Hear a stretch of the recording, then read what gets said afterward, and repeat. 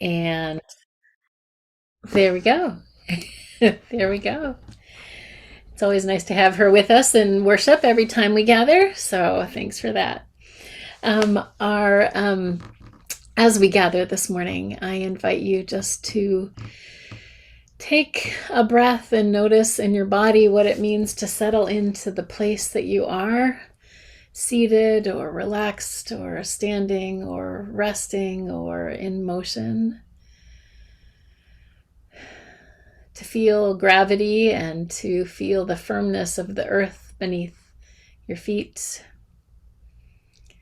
And to be curious about who has been in that place before you, who's taken care of that space where you find yourself now, the land, the people who have stewarded and given their labors, solicited and unsolicited, stolen and volunteered to the space and the ground on which you find yourself.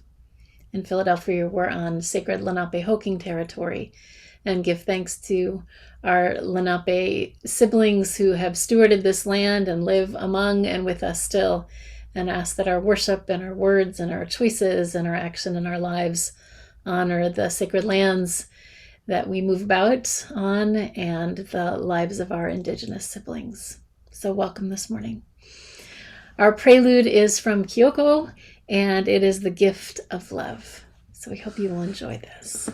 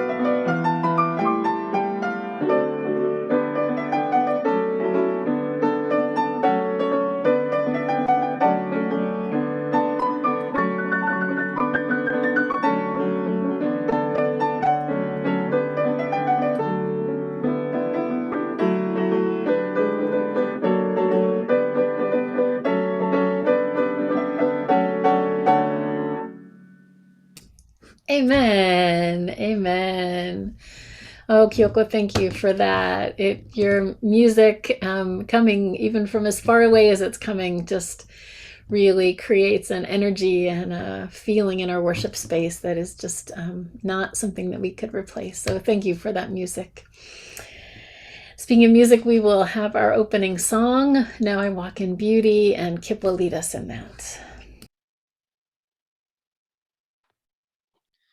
Good morning. We will sing through this a few times, and I invite you to join me where you are.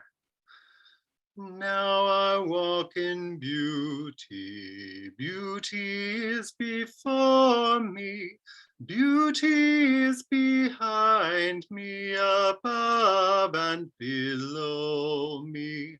Now I walk in beauty, Beauty is before me, beauty is behind me, above and below me. Now I walk in beauty, beauty is before me, beauty is behind me, above and below me. Thank you. Amen. Surrounded by beauty, we will do our opening sentences, and Marjorie Knapp will be our leader. And is there someone who would like to volunteer to read the people part this morning? If you raise your hand, I will watch for any raised hands.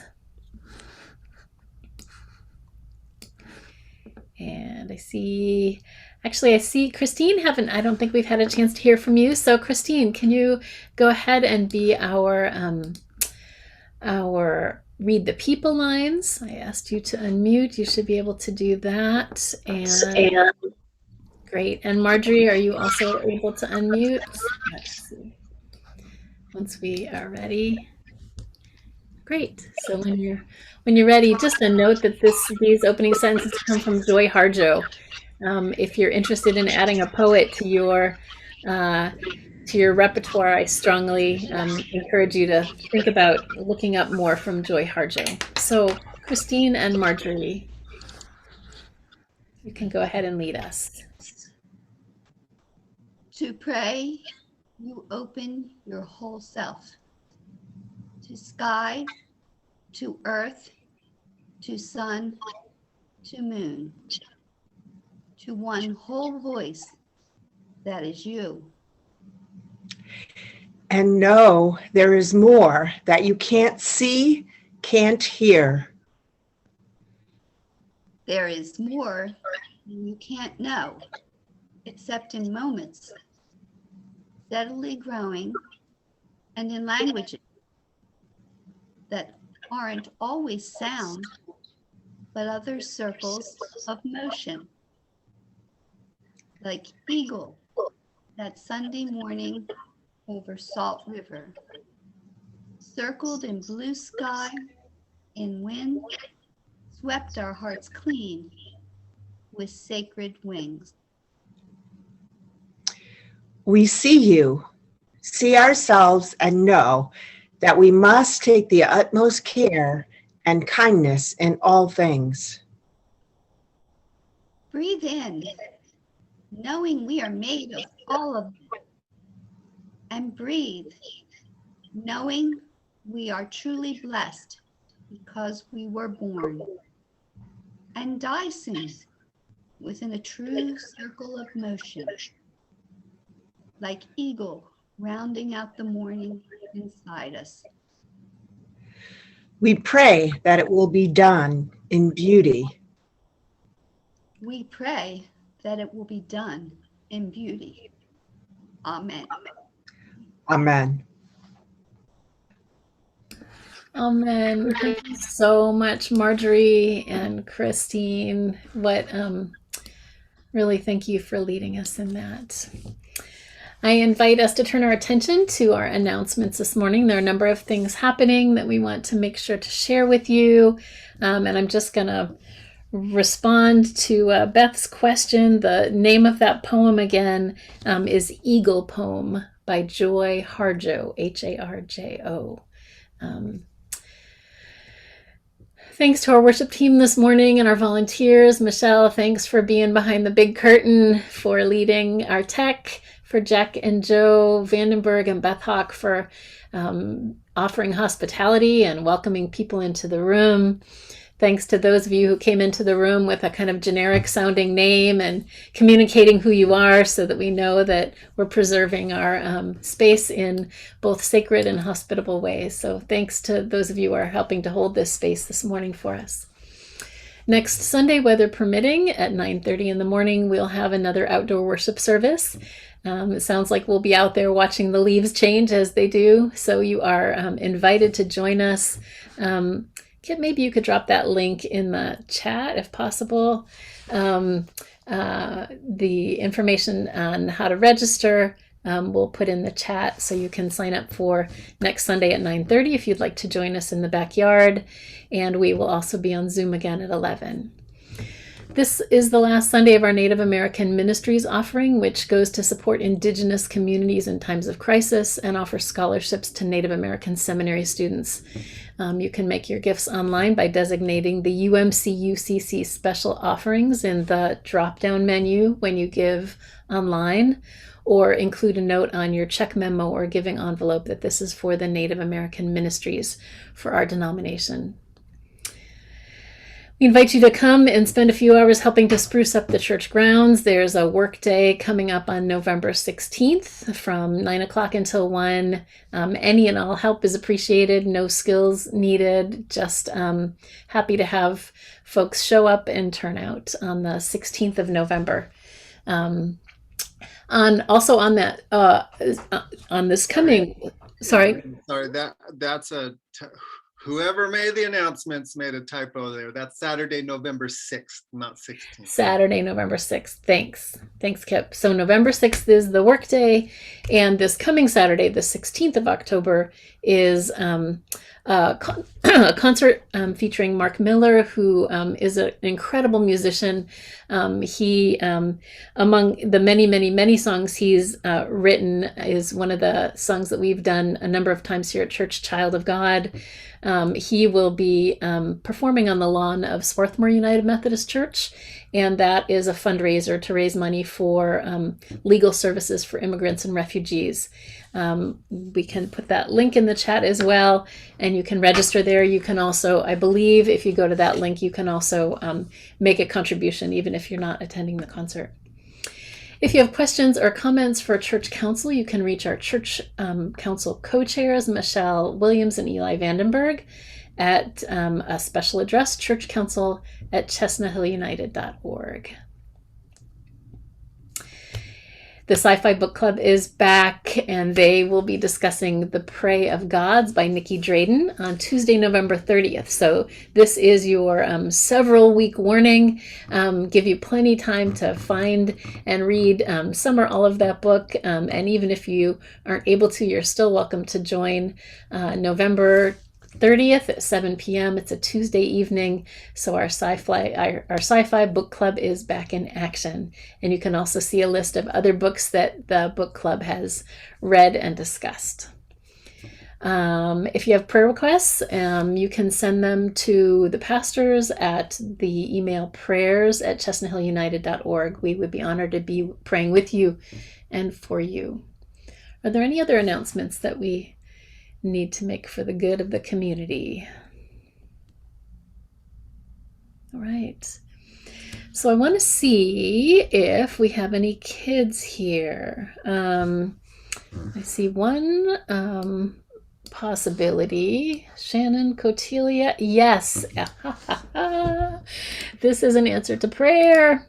Yes. Okay. Now, this child is not ready to answer questions about the nature of the universe or God or what it means to live in this world, but I believe we have somebody that we want to meet. Can you introduce us? Let's see, we need to ask you to, can you unmute? You should be able, are you able to come off mute? Nope. Let's just double check for a second. There we are. Yes. All right. Is this Axel? This is Axel Christopher. What can you tell us about how everyone is? Everyone is doing really well.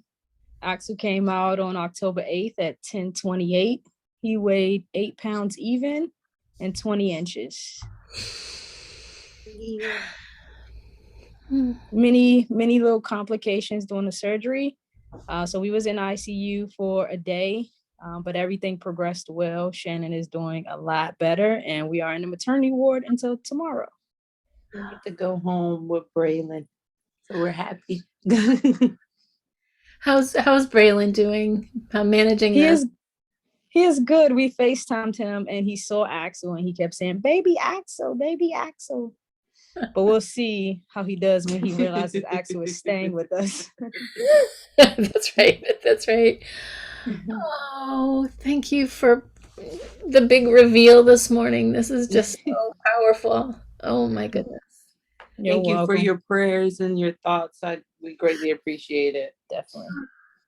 Yeah, I know we've been through so much. Prayers for Axel, for coming into this world and all that this world holds for him and for us and all that will change because he's now here. Prayers for our mamas, especially for you, Shannon, as you're healing and recovering from this very, very big time. Oh, we're so grateful to see you and have you here. Thank you. Thank you. Thank you guys. Thank you for your prayers. Oh. Well, there's not much more that can be said about that except to praise to God and thanksgiving for the life of Axel and Shannon and Cotelia and Braylon. We are so, so grateful. Thanks.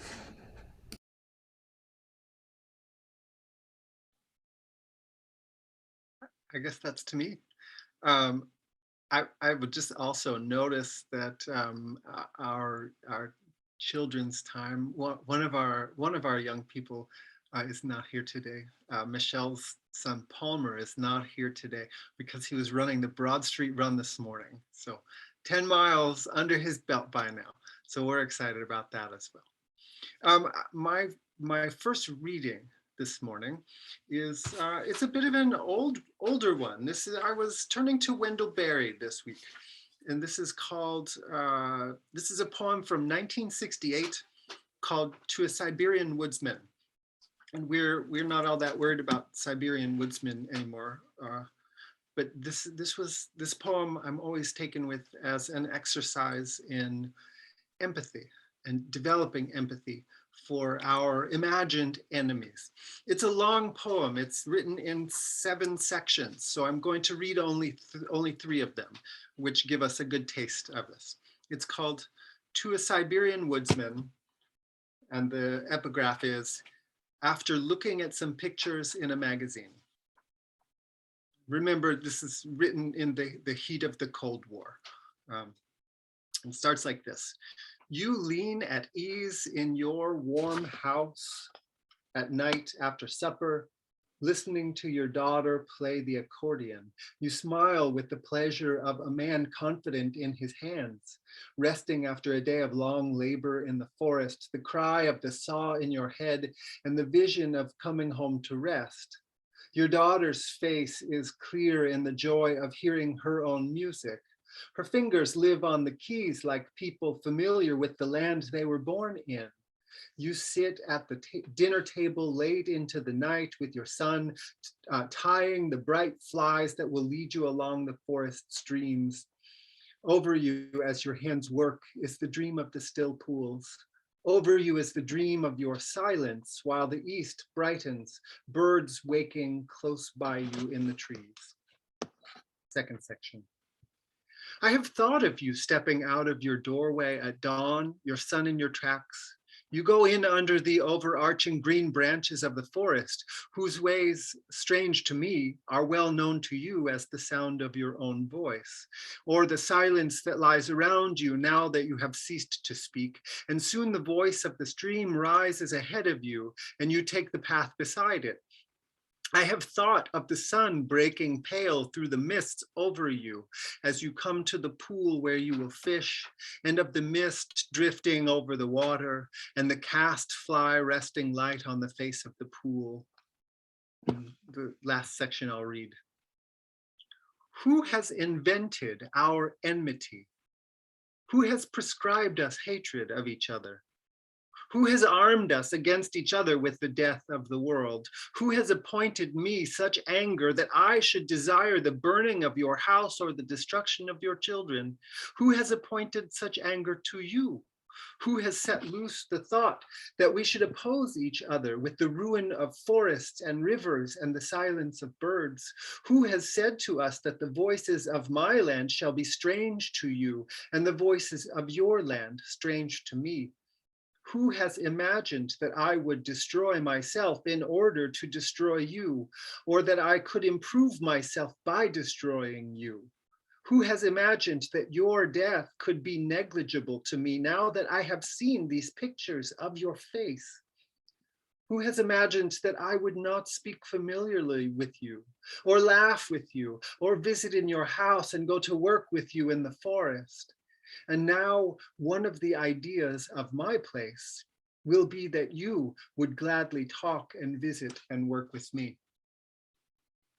A poem of empathy in the midst of invented angers. Our assigned Bible reading, I've adjusted just a little. I made it start a little bit earlier and end a little bit earlier than what it says on the calendar. This is from the Gospel of Mark. This is chapter 10, and this is where we'll start. People were bringing little children to Jesus in order that he might lay his hands on them, and the disciples spoke sternly to them. But when Jesus saw this, he was indignant and said to them, "Let the little children come to me. Do not stop them, for it is to such as these that the realm of God belongs. Truly, I tell you, whoever does not receive the realm of God as a little child will never enter it." And he took them up in his arms, laid his hands on them, and blessed them. As he was setting out on a journey, a man ran up and knelt before him and asked him, "Good teacher, what must I do to inherit eternal life?" Jesus said to him, "Why do you call me good?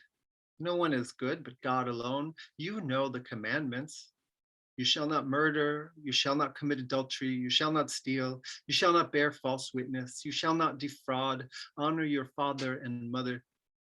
He said to him, "Teacher, I have kept all these since my youth." Jesus, looking at him, loved him and said, "You lack one thing. Go, sell what you own and give the money to the poor, and you will have treasure in heaven. And then come and follow me." When he heard this, he was shocked and went away grieving, for he had many possessions.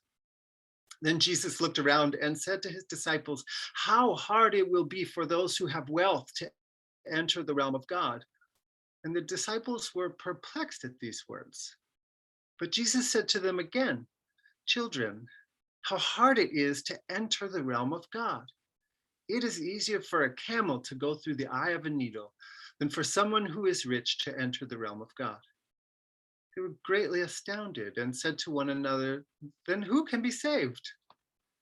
Jesus looked at them and said, "For mortals it is impossible, but not for God. For God all things are possible."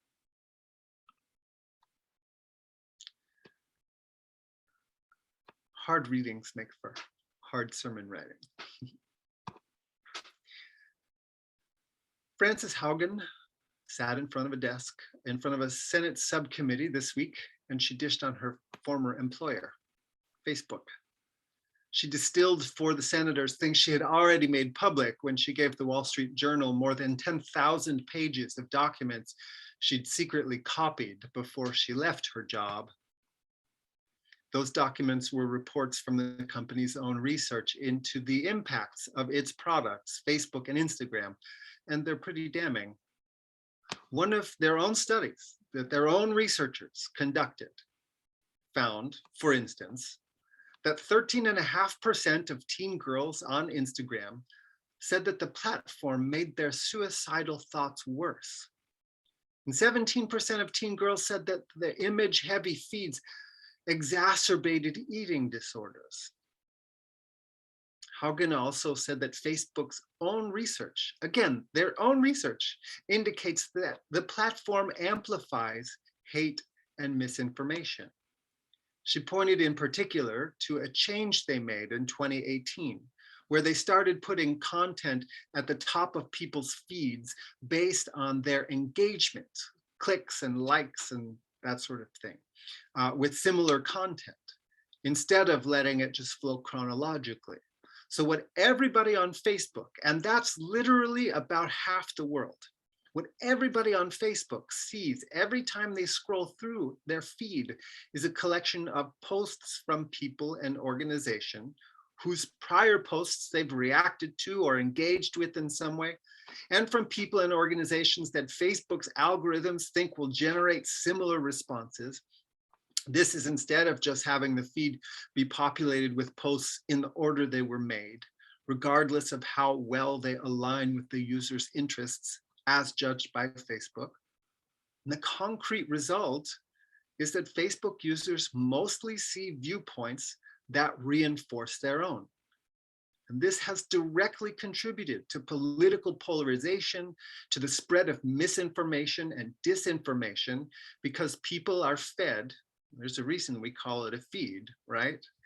People are fed a constant stream of content that bolsters what they already think or are inclined toward. But it also makes the platform more addictive.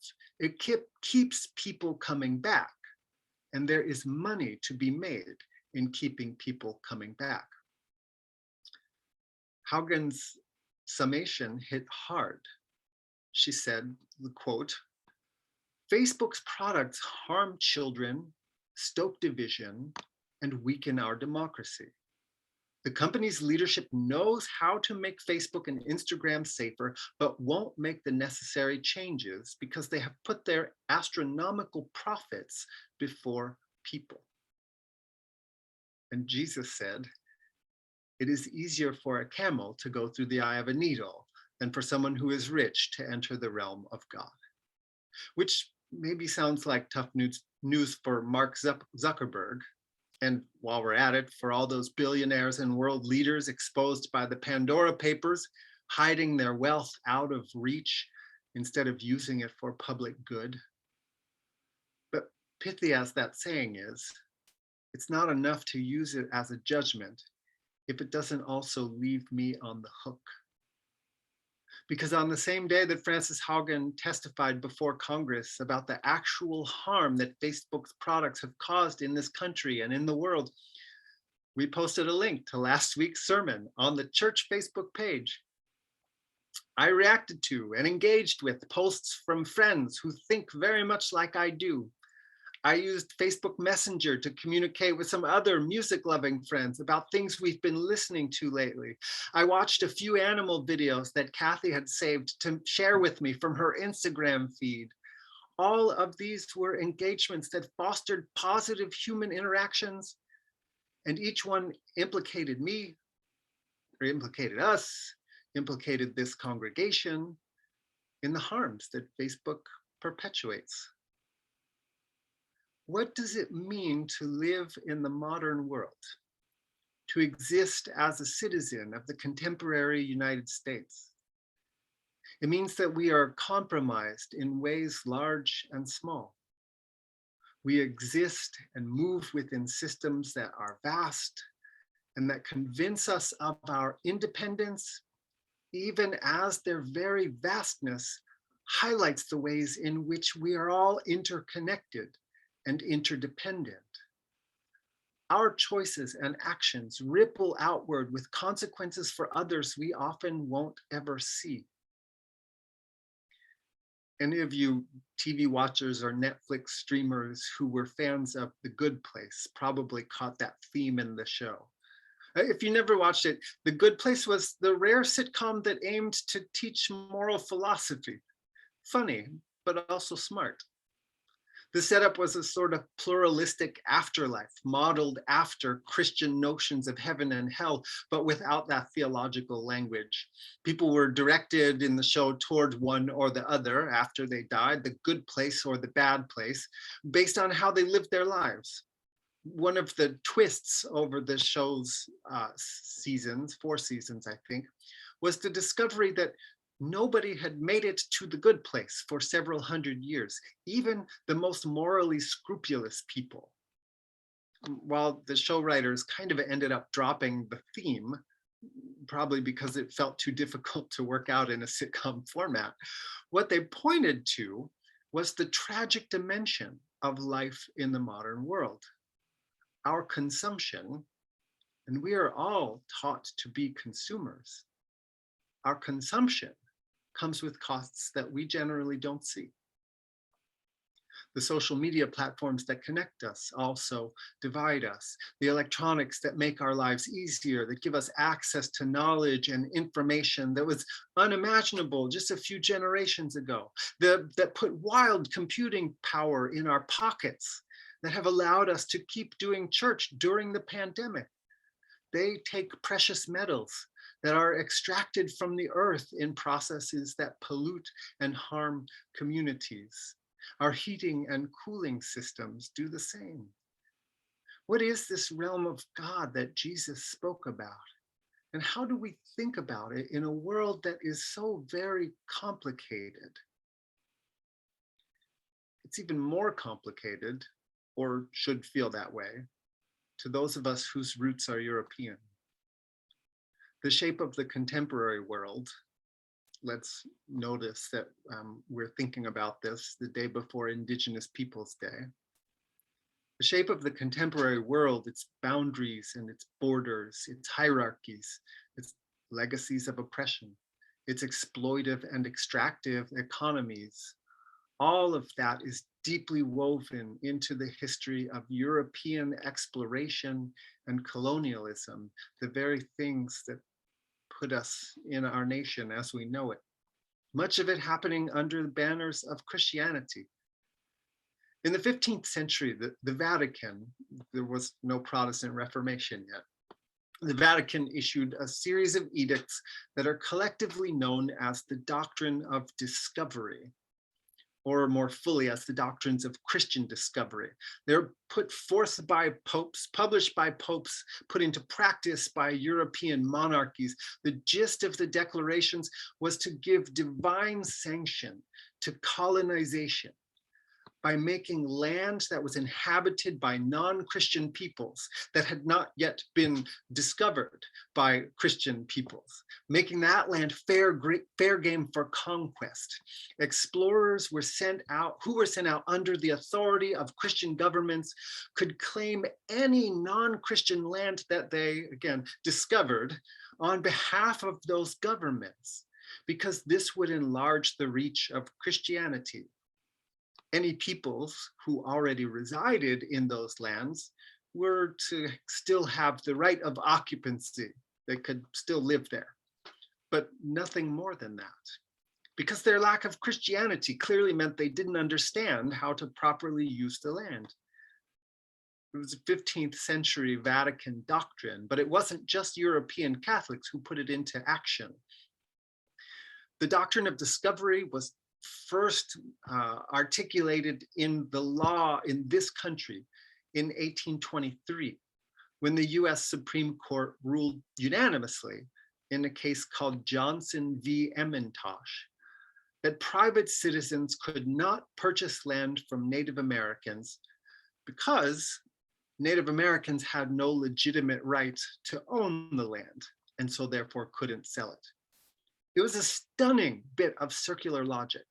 The court ruled that, quote, however extravagant the pretension of converting the discovery of an inhabited country into conquest may appear, if the principle has been asserted in the first instance and afterwards sustained, if a country has been acquired and held under it, if the property of the great mass of the community originates in it, it becomes the law of the land and cannot be questioned, end quote. In other words, because European governments had claimed land under a doctrine that they made up to justify taking it, the original inhabitants of those lands obviously had no right to claim ownership of them.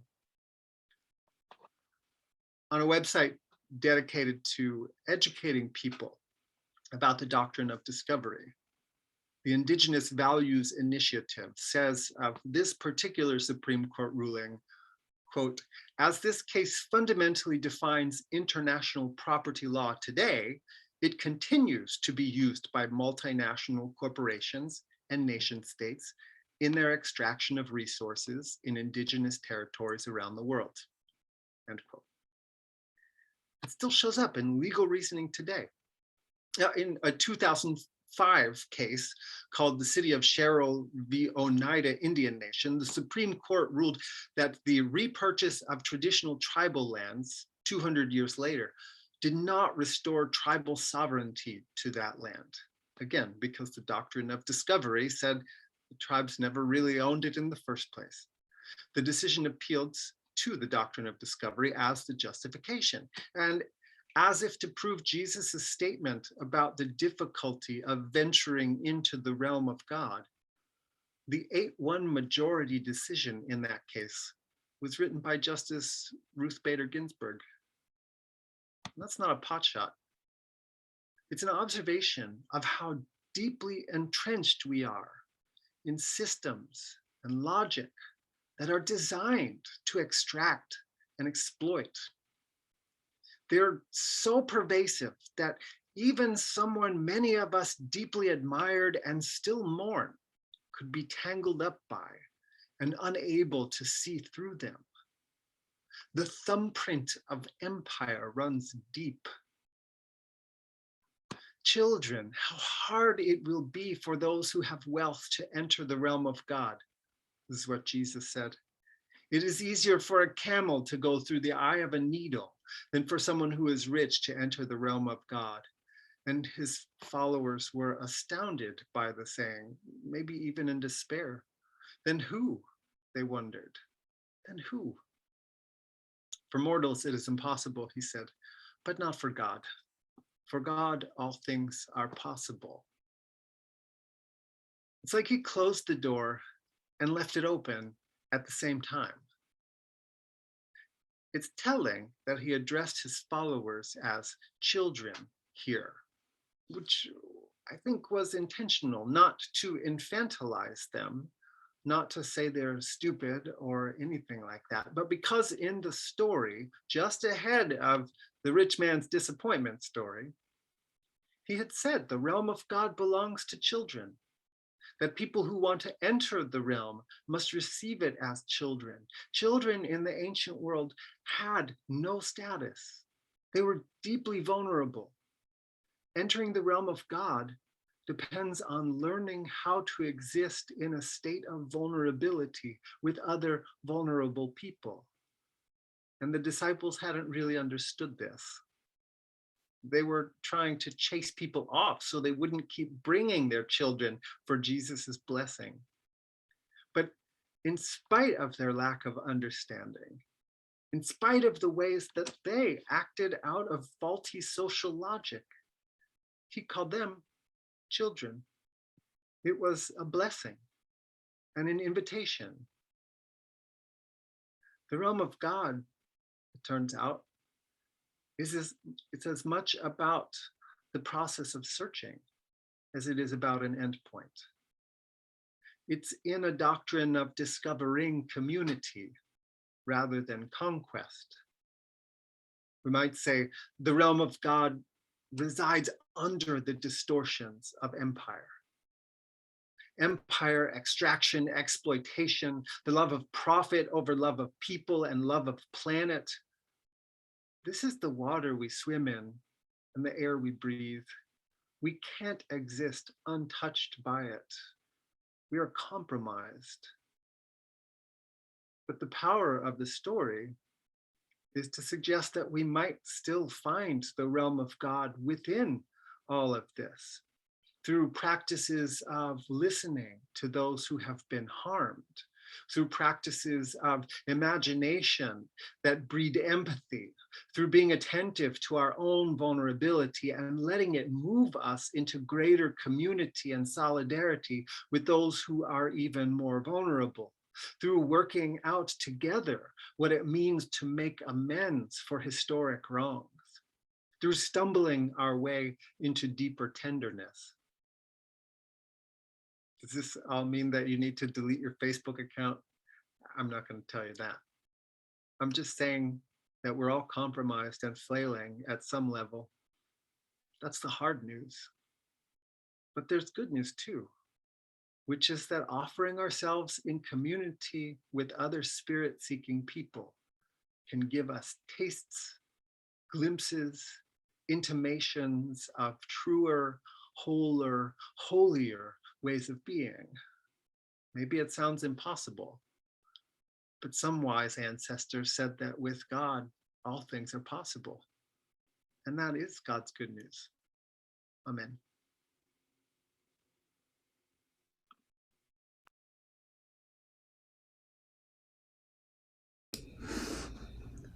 Thanks, Kipp. Thank you.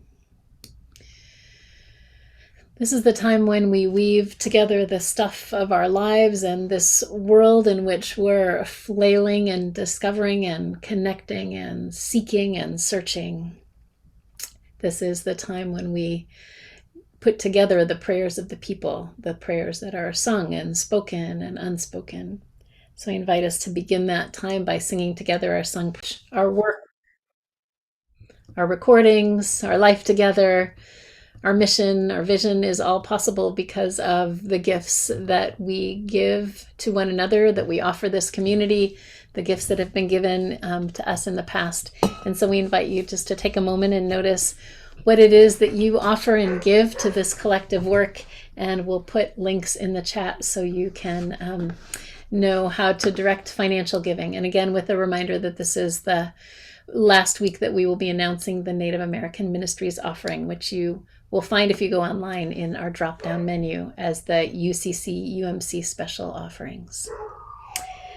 And our closing song will be led by Kipp.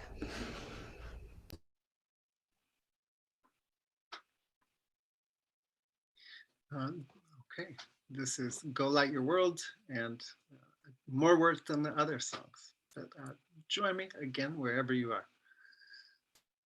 There is a candle in every soul. I'm starting that way too high. I apologize. Give me one sec.